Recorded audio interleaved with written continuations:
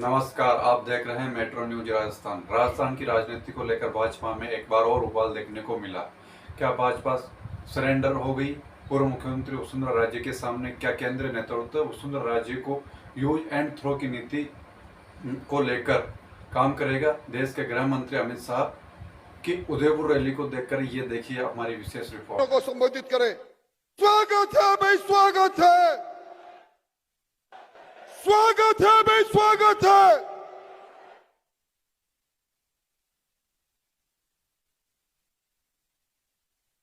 माननीय गृह मंत्री जी अपनी बात कहे इससे पहले हमारी भाजपा का केंद्रीय नेतृत्व जब जब भी राजस्थान आया समेटकर कुछ भी ले जाने में सफल नहीं हुआ।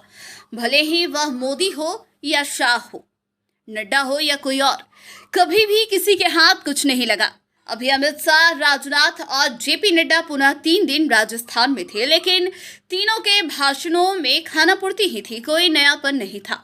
वही घिसी पीटी बातें और वही घिसे पीटे राग की गहलोत सरकार भ्रष्टाचार में डूबी हुई है।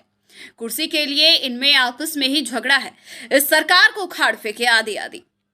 कोई नई बात थी तो वह सिर्फ उदयपुर में पहली यह कि अमित शाह ने अपनी जगह वसुंधरा राजे को सभा को संबोधित करने का मौका दिया, और दूसरी यह कि वसुंधरा ने पार्टी कार्यकर्ताओं को मंच से ही साफ साफ कह दिया कि वे अति आत्मविश्वास में ना रहे।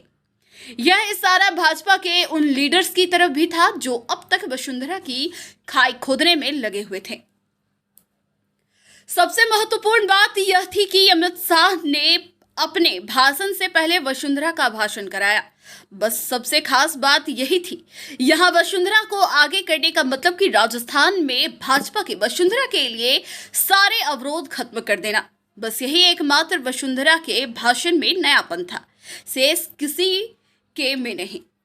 यहां फिर भाजपाई लीडर्स में वसुंधरा को लेकर वही कसक दिखाई दी जो पहले भी कई बार भाजपा की सभाओं में दिखाई दी।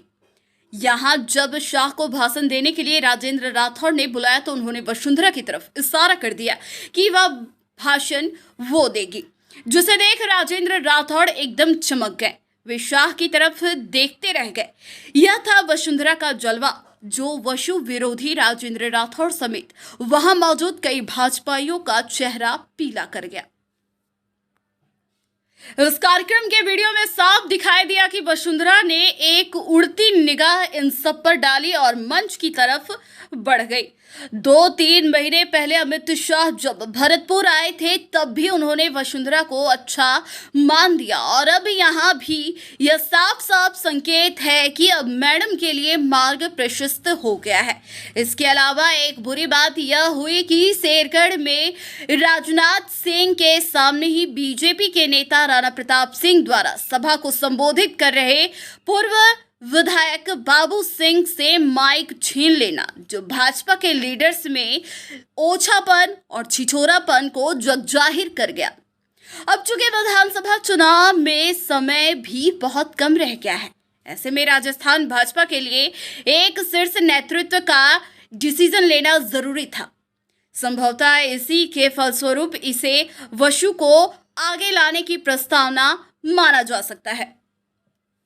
कहा 6 महीने पहले तक अमित और मोदी से वसुंधरा की अनबन थी, लेकिन अब यह निकटता सुलह का संकेत है।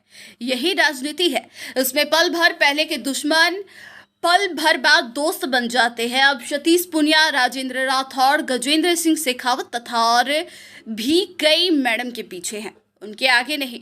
2 टूक बात करें तो वसु जैसी कुव्वत इनमें से किसी की है भी नहीं। केंद्र से आए इन तीनों नेताओं के दौरे का निचोड़ सिर्फ अमित शाह की सभा में था। शेष राजनाथ और जेपी नड्डा की सभाएं बस भर्ती की थी।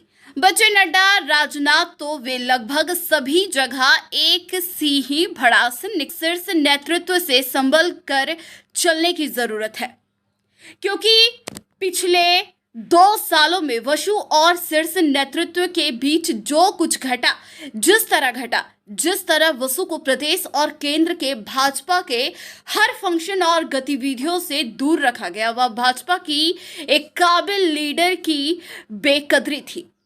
और ऐसी तख्तियां जब निकटता में बदलती है तो वहां साजिश के सिवा कुछ नहीं होता।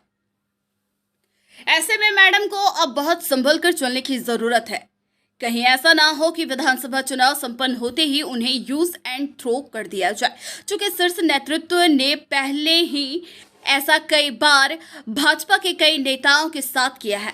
लाल कृष्ण आडवाणी इसके जीते जागते प्रमाण है। इसके बाद गडकरी, जो खुद भी अपने मुंह से केंद्र से कसमसाहट को स्पष्ट कर चुके हैं।